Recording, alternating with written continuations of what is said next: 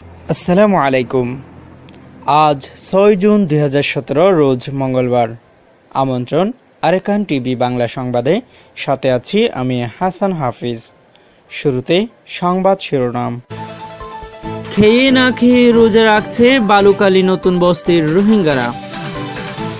মংডুতে উদ্ধার হয়েছে এক রোহিঙ্গা লাশ। এবং 2012 সনের 3রা জুনের স্মৃতি ভুলেননি বাংলাদেশ ক্যাম্পের রোহিঙ্গারা। শুনছিলেন শিরোনাম, এবারে বিস্তারিত। ঘূর্ণিঝড়ে উড়ে গেছে ঘরের চালা, বেড়াগুলো নেই ঠিকঠাক মতো। ঝড়ের পানি শুকিয়ে না যাওয়ায় স্যাঁতসেঁতে রয়েছে ঘরের মেঝে। এরই মধ্যে পলিথিন বিছিয়ে কোনো রকমে রাত যাপন করে বালুখালী নতুন রোহিঙ্গা বস্তির 3 সন্তানের মা হালিমা বেগম। ঘরে আয় রোজগারের কেউ না থাকায় দান খয়রাত ও এনজিও সংস্থার ত্রাণের উপর নির্ভর করতে হয় তাকে। ত্রাণ কখনো পান, আবার কখনো পান না, ফলে প্রতিনিয়ত জীবনের সাথে সংগ্রাম করতে হয় তাকে। চলছে পবিত্র রমজান মাস। শত কষ্টের মধ্যেও ধর্মীয় আবশ্যকতার রোজা পালনে বিরত থাকে না হালিমা বেগম। তাই খেয়ে না খেয়ে রোজা রাখছেন তিনি।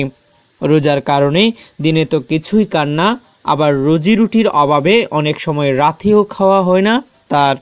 অনেক সময় নিজে না খেয়ে ছেলেদের মুখে তুলে দেন আহার।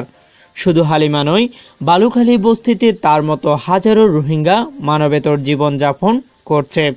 খাদ্য, পরিধানের কাপড়, বাসস্থান ও চিকিৎসার অভাবে দুর্ভোগ পোহাচ্ছে তারা। ক্যাম্পের রশিদ নামের এক বাসিন্দা জানান, বাংলাদেশ ও বাংলাদেশের বাহিরের বেশ কিছু সংস্থা তাদের মাঝে ত্রাণ বিতরণ করে, কিন্তু বস্তির লোকের তুলনায় বিতরণকৃত ত্রাণ অপ্রতুল। ফলে এ ত্রাণ কেউ পায়, আবার কেউ পায় না। মুমিনা নামের এক বিধবা নারী জানান, ঘূর্ণিঝড়ে বিধ্বস্ত তার ঝুপড়ি ঘরটি মেরামত করতে পারছে না সে। গাছ বাঁশ কেনা ও মিস্ত্রির খরচ মেটানোর মতো অর্থ তার নেই। ফলে পলিথিনের তাঁবুর নিচে কোনো রকমে ছেলে সন্তান নিয়ে থাকে সে। জাতিসংঘের শরণার্থী বিষয়ক সংস্থা UNHCR ঘূর্ণিঝড়ে রোহিঙ্গা ক্যাম্পগুলোর ক্ষতির দিকটি গুরুত্ব সহকারে বিশ্ব দরবারে ইতিমধ্যেই তুলে ধরেছেন। একই সাথে জরুরি সহায়তাও চেয়েছেন তারা। মংডু জেলার দক্ষিণাঞ্চলের গদুপাড়ায় এক রোহিঙ্গা লাশ উদ্ধার করেছে স্থানীয়রা। গতকাল সকালে লাশটি একটি জলাশয়ের পাশে পাওয়া গেছে।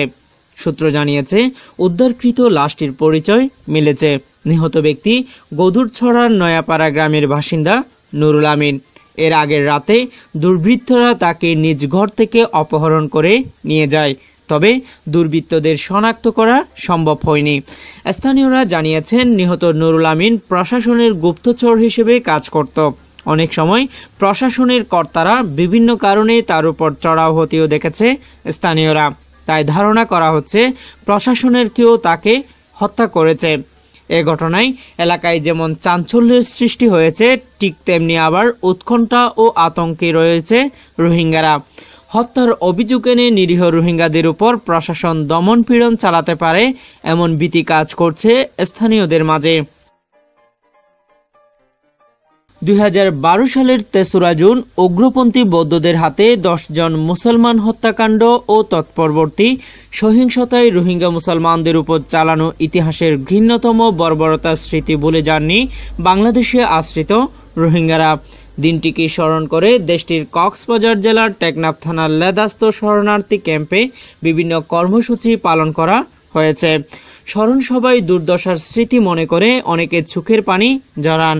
নিহত রোহিঙ্গা ভাই বন্ধু ও পরিবার পরিজনদের সুখের মাতম চলে সেখানে। একই সাথে পাষণ্ড উগ্রপন্থীদের বিরুদ্ধে ক্ষোভ প্রকাশ করেন তারা।